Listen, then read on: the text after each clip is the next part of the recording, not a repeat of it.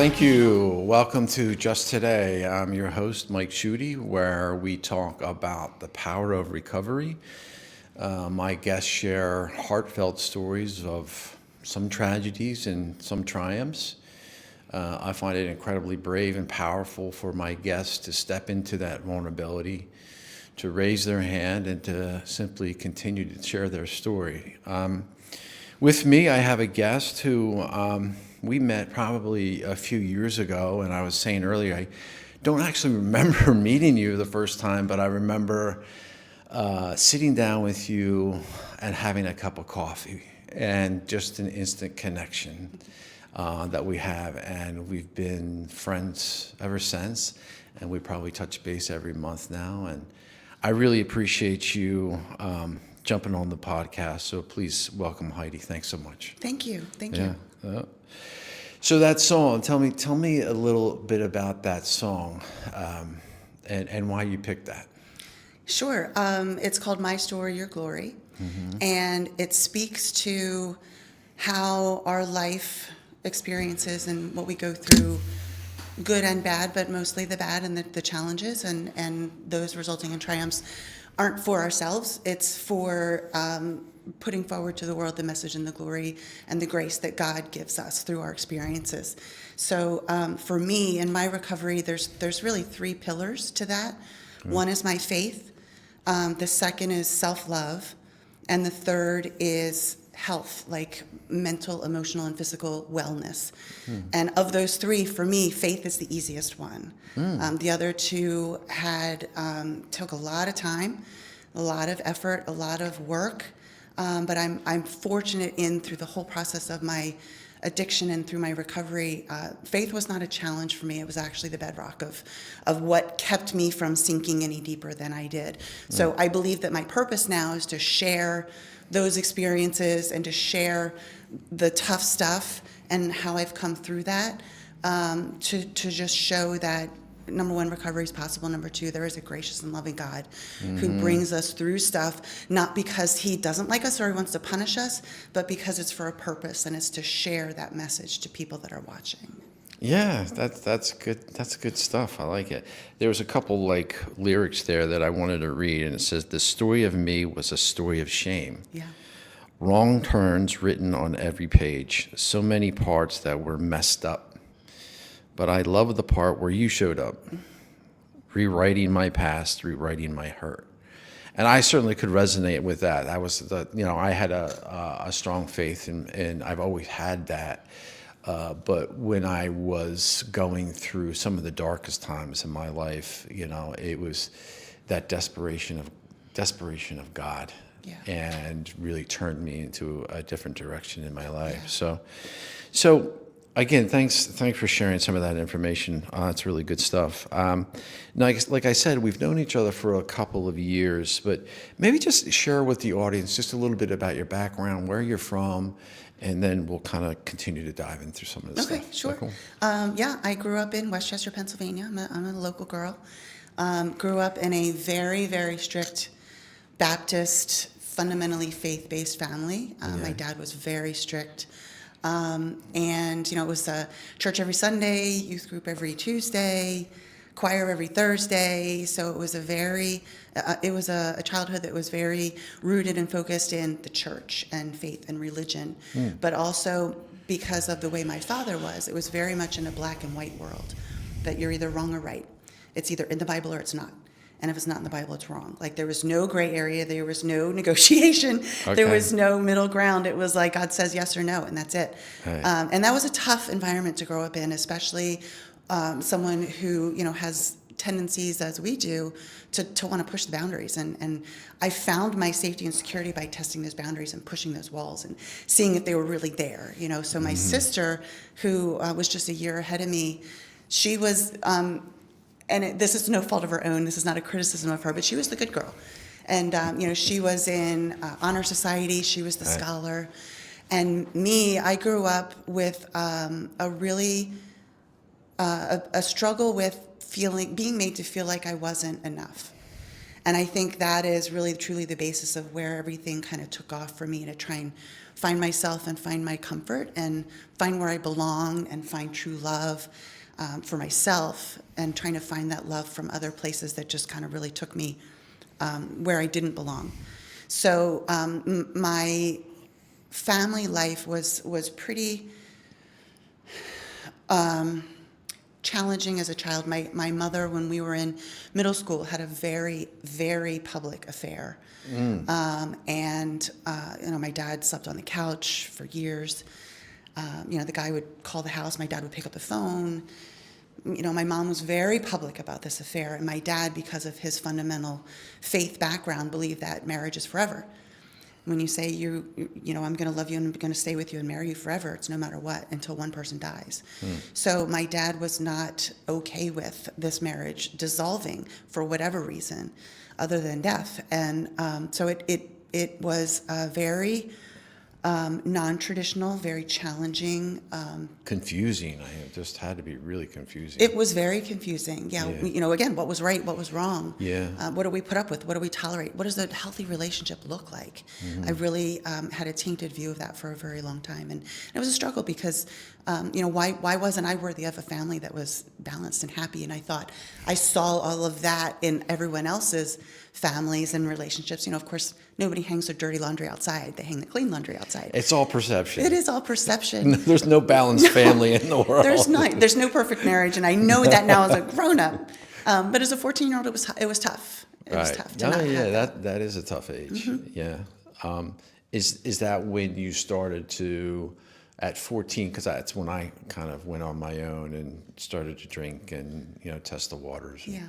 Was that your time? It was about that time, and my first alcohol was kind of by happenstance. We were on a school skiing trip, and the family I grew up in, our economic level, I guess, we were lower middle class, and I had a lot of friends that had families that were very financially secure, to say that. Right. So there was another not good enough aspect, was the financial aspects. But anyway, we were on this ski trip, and I had to rent equipment, whereas everybody else brought their own. So I had like the bowling shoe with the big number spray painted on the side and all that. I remember it. So we had to go through the locker rooms to put all your stuff and get your rentals and all that. And my best friend Kirsten, we were looking for an open locker, and we had gotten there late, so there was a lot of full lockers, but there was one down at the bottom. We opened it up, and it was empty, and we peered into it a little closer, and there was a full bottle, unopened, of peach schnapps, like out of the blue. And Kirsten immediately was like, let's drink this. She was the crazy one, test limits, the party girl. And me, I was like, I don't know if we should do this. So next thing you know, we're both in a bathroom stall with the door locked, drinking this peach schnapps. And I remember now, in hindsight, being out on the slopes just after that and thinking, like, I don't feel anything. Like, I want to feel something. If I'm going to drink that, I should be feeling something. I don't feel drunk or happy or anything. So I must need more.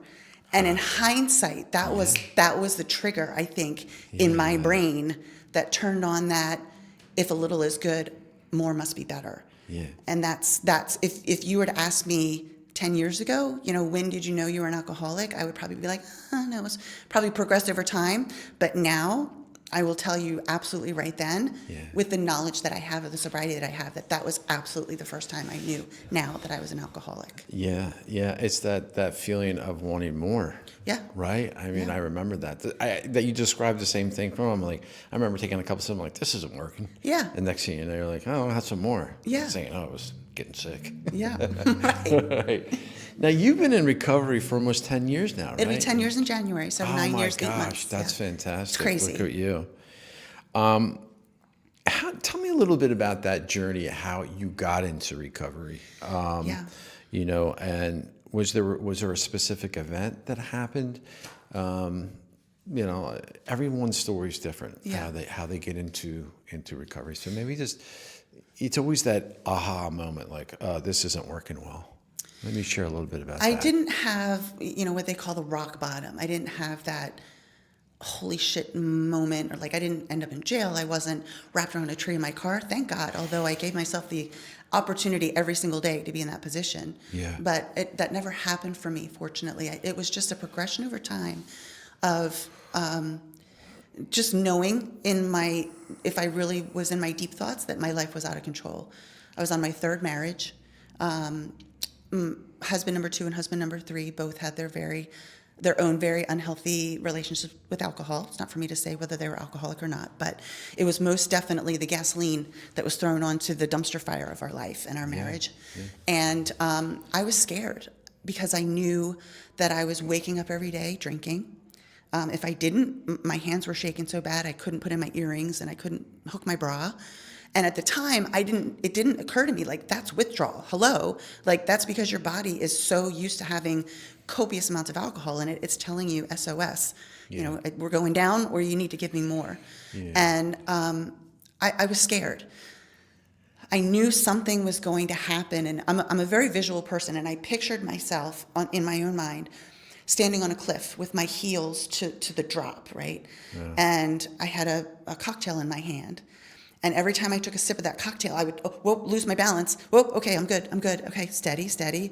Take another drink of that alcohol. Whoa. And that's how my life felt to me. Right. Is I was throwing the very thing into my body that I thought was making it better, but it was making it worse. Mm. And I knew that something bad was going to happen, that I was either going to hurt someone, hurt myself, end up in jail.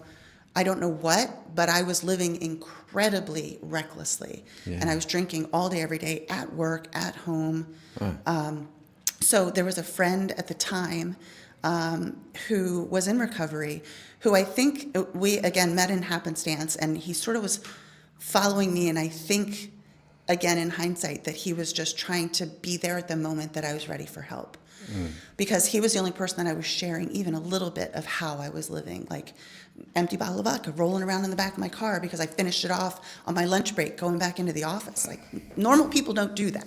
No. And he made this suggestion one day. He said, Heidi, I think you may need to go away for a little while.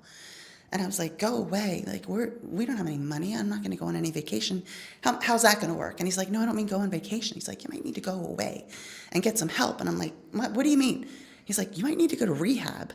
Mm-hmm. And I thought that was the most ridiculous suggestion in the world. Like, how do I walk away from my life for weeks, months, however long? Like, that's something celebrities do. You know, they can disappear for a month or two, and everybody says, oh, it's part of showbiz. Like me, who's managing a major business office in the area, and have bills and a life and people friends, and like, how do you go? Oh, I'm going to rehab. Yeah. It was just ridiculous to me. And he's like, finally he said, look, here's this phone number, call this number. It was to American Addiction Centers, and just see what they say.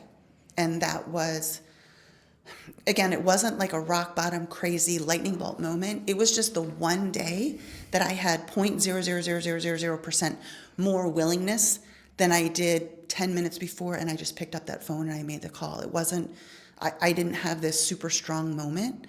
I think I just exhaled long enough to say, I can't do this anymore. And I made that call. And in 72 hours, I was on an airplane to Florida to rehab. Okay. And how long did you stay for? Were you there like for 30 days, the 30-day thing? Originally was supposed to be there for 30 days. I actually ended up there for 2 months because they knew what I was going home to, which was a very, very unsupportive husband. Okay. Who was planning on sabotaging my sobriety, I believe. And they actually got a grant to have the second month of my recovery or my rehab paid for so that I could stay another month. So I was gone for 2 months. Wow, good for you. And did you, in the aftercare, did you get involved in any support systems afterwards? Were you involved in an AA or, I always try to tell people that, there's other things just in AA, right? There's all these others like smart recovery and Dharma, and there's all these other pieces that we do have there. So how did you get that support system after you left? I did. I involved myself in AA. Okay. I also went to some Celebrate Recovery meetings, which are faith-based 12-step programs. Okay. So AA for me, I aligned myself with a weekly women's meeting. That was, I believe, critical to me. I basically went there and I just cried. From the minute I walked in the door to the minute I walked out to my car, for that full hour, I just cried. Because I just couldn't believe where I was, what I had to do, what I had done, where I needed to go. It was just very overwhelming.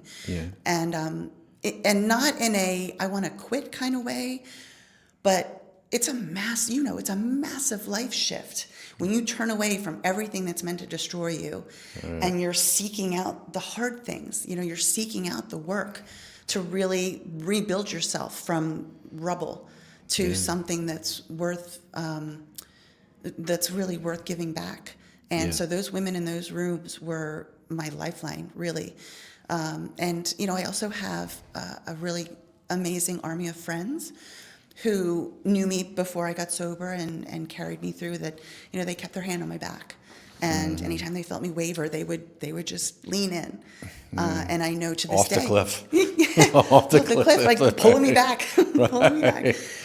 So I'm very blessed by that. And I know it's a product of, how you live and who you are. But AA for sure, and a women's meeting was really critical. Right. Well, that's good. Like what you just said is really about finding balance, right? It's that mind, body, and soul. And I had to find that balance in my life. And like I always tell people that I could stay sober, right? It was just getting the booze out of my body, right? But I was still the same version of myself until I started doing the work. And the mind piece was a really big piece. That's when I started to really uncover all these character defects and, all these things that had pushed me to not feel comfortable, like you said earlier, right? We all have this not feeling comfortable in our own skin. It's, feeling a little bit out of place, this deep sensitivity that we talked about a couple of weeks ago. But one of the things that you work on is the body piece, which I find fascinating, and it's been a part of my recovery. And I thought maybe you could share a little bit about, the body piece. And I know that you're a certified trainer and you work with individuals and you're a nutritionist. And when I come to you, I realize I have no idea what I'm doing. So maybe talk a little bit about, your certification and helping other people on that side. Yeah, great. And thank you for the opportunity to do that. To take that back a couple steps, one of the things that I struggled with when I was younger, and I think was a major contributor to my seeking comfort in a substance, was I struggled with body dysmorphia. Okay. For decades. And as part of my feeling less than, I was a habitual comparison person. I was always comparing myself to, especially women, how they looked, how they lived, who they were married to, what their financial status was, what kind of car they drove. And it was never to look at that other person and say, oh, well, okay, I'm probably a little more okay than them. It was always to say, well, they're clearly better than me, and I'm substandard to these people. It was always to find someone to put myself down. And the body dysmorphia was a constant for me. It was this voice in my head that was like, you're fat, you're out of shape, no one likes you, you're gross. Like it was an undercurrent that was ongoing. But it's the same thing as comparison. Yeah. I really suffered from that. It's when I said earlier, some of the things that I had to go through was that I compared my life to everything. You know what I mean? And the thing about it is, I still do. Oh, of course. I still do. It just doesn't rotate in my head all day long where I have to try to escape it. I know that it's coming. I can feel that, and, comparison is a thief of joy. Yeah. It never goes away, those impulses and those instincts. I think they just get a little quieter because we know how to hear them differently now, and how we know how to react a little differently within ourselves, at least for me. Yeah. So going back to your question, that was something that I always really wanted to make better. And so now I'm a bodybuilder. I'm an amateur physique competitor. Yeah. So I not only work out a lot, but I get up on stage and get judged for how I look, which sounds crazy coming from someone who is a body dysmorphic. But to me, being a bodybuilder gives me the ability to, number one, do something constructively to help me look better and feel better. And it's mostly feel better, right? Because I look better. And then also to look past the flaws, because with body dysmorphia, you're hyperfixated on your flaws. So it helps me look in that mirror and not be like, oh, the bumps on my butt, or like, oh, this and that. It's like, holy shit, look at my biceps. Look what I just did. And with the judging, I am able to see the feedback from the judges as subjective, and something that I don't have to take personally. It's their suggestions for improvement, and ultimately it's what I decide for myself as to how I look and where I want to go next with this competition, the next competition. So the bodybuilding and the weight training for me, spiritually, physically, emotionally, has been an incredible help, because it's a shift in energy, it's a shift in focus, it's a shift in self-talk, big time. Yeah. I mean, I was a horrific person. I was terrible to myself in my own head. Horrible. I had a therapist one time say, if you heard someone saying the things that you say to yourself to someone that you love, what would you do? And I was like, I'd probably throat punch them. Like, who talk? It's like, well, why do you say it's okay to say these things to yourself? Yeah.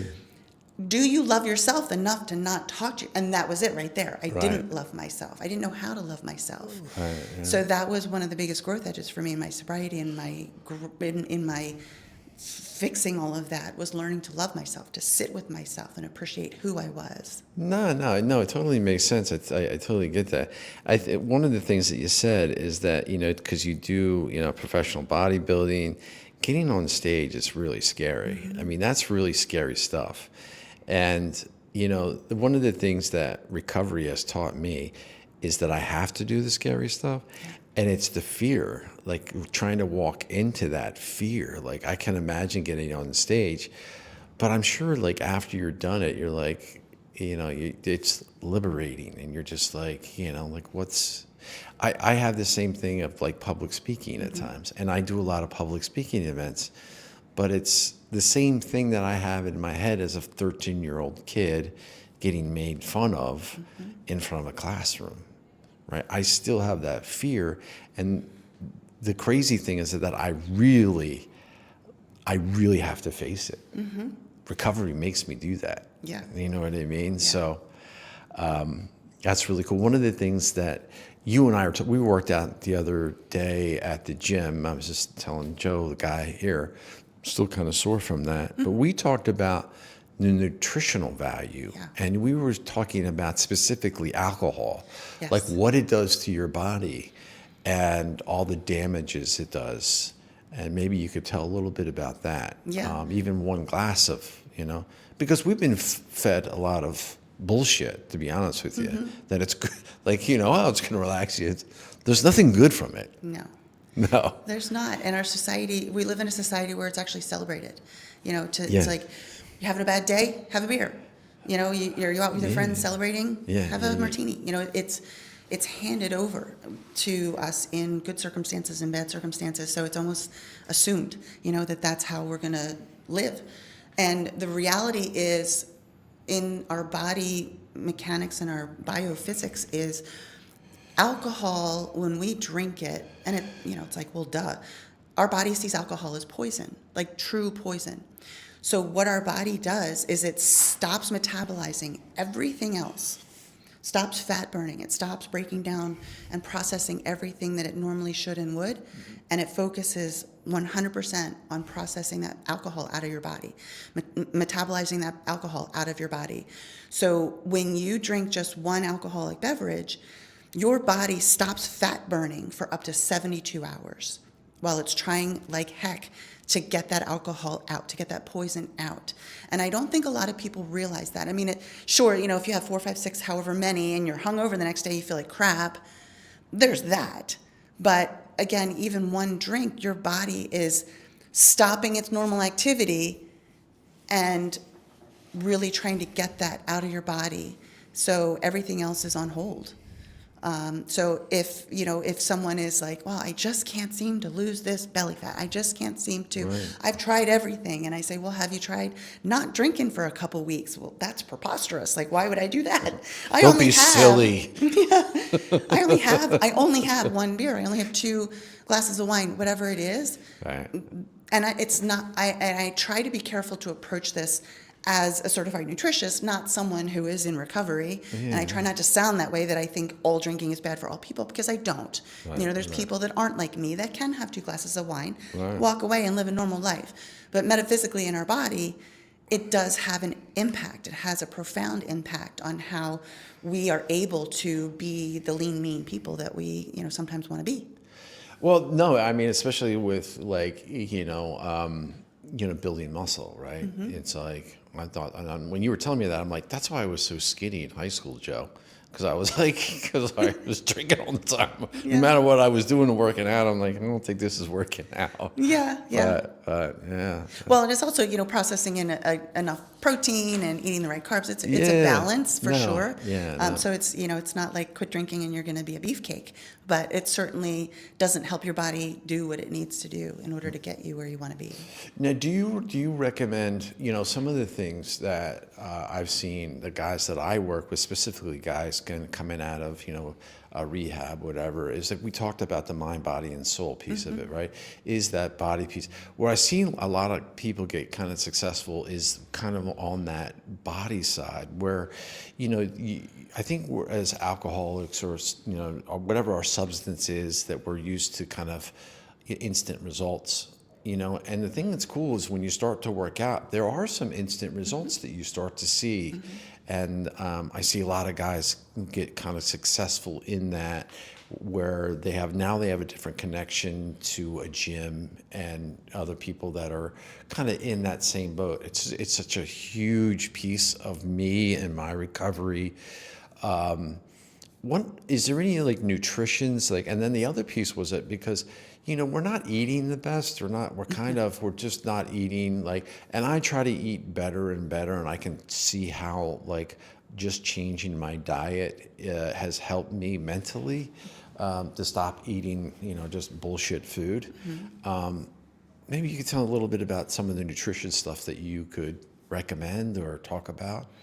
Yeah. Okay. There was a lot of questions in it. Let me peel them apart a little bit. So from the nutritional aspect, I think a lot of people don't realize, especially women, don't realize how many calories we should be intaking, how many calories we should be eating. Our knee-jerk, because of how we've been taught since the 70s and 80s, is to get skinny, eat less, do lots of cardio. Right, That's not the answer. It's really not, because what is happening is we're teaching our body to be in starvation mode. And it's in panic mode. And so what it starts doing is storing energy, storing fat, because it's like, okay, we don't know when we're going to get more fuel. So let's hold on to what we have. Let's pack it away in your gut and your butt and your thighs and wherever. So giving your body enough calories on a regular basis allows that metabolism to really fire up, and it allows your body to go, oh, okay, I can use this fat, fuel, food, whatever it is, to continue to energize and allow this body to do what it's supposed to do. That's with the clients that I work with, again, particularly women, but some men too. When I give them their nutrition plan, they're like, holy crap, this is a lot of food. And it's not just any food. Obviously, it's, lean proteins and complex carbs and less sugar and getting your nutrients from single food sources and single ingredient sources. So there's a lot of that in a shift. But it's giving your body enough calories. So your basal metabolic rate is the minimum number of calories that your body needs just to live, to regenerate skin, to make your heart beat, to help you breathe, to keep your bones strong, to regrow your muscles after you work out. Right. So that BMR is a number anywhere between 1,000 to 1,800 calories, depending on how much you do in a day. Right, like my BMR is anywhere between 1,400 and 1,600 calories just to live. So when we put ourselves on a 1,000 calorie, 1,200 calorie diet, that's not necessarily giving our body what it needs to be healthy and to be strong just not even working out, just living it day to day. So that's probably one of the biggest pieces, and also a shift in what we eat. We're a society that is, we're a microwave society. Like you said, we want pleasure quick. We want it done fast. We want it now. We want it. We're on the go. We're busy. We don't have time for that. Yeah. And we're also a pleasure-based society. We want things that taste good, look good, make us feel good. But the interesting thing is a lot of the foods that we eat that taste good ultimately don't make us feel good. And I learned that just this weekend. As a matter of fact, I reminded myself I don't eat very much sugar at all anymore. And then when I do, like this weekend, I had some chocolate chip cookies. Don't tell my coach. I had some chocolate chip cookies, and the next day, what it does to my body is it increases the inflammation, and it makes me feel like I have arthritis. Everything aches. My whole body aches, and it's from that sugar. Yeah. No, it makes sense. I agree 100% with what you're saying. I mean, any type of vitamins like regimen for guys and girls that are coming out because of some of the deficiencies, especially when you're coming out of recovery, or it's would you recommend anything on your side? And A good solid multivitamin, some calcium, magnesium is always helpful. Creatine, monohydrate is really, really helpful. 5 grams a day. Yeah. Usually is just a good maintenance amount, whether you're working out or not. One of the best nutrients you can give yourself is proper sleep, both physically and mentally.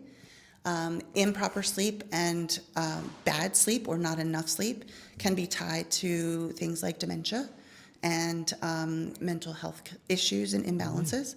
Just sleep. Yeah. So when you combine that with inappropriate nutrition, the body really has a hard time, and the muscles, the heart, and the brain are things that are impacted pretty quickly. But so sleep is definitely something too, which, when we're out having a good old time, sleep is like 27th on the list behind fun and, maybe really pay a sleep, bill or it's two. just passing out.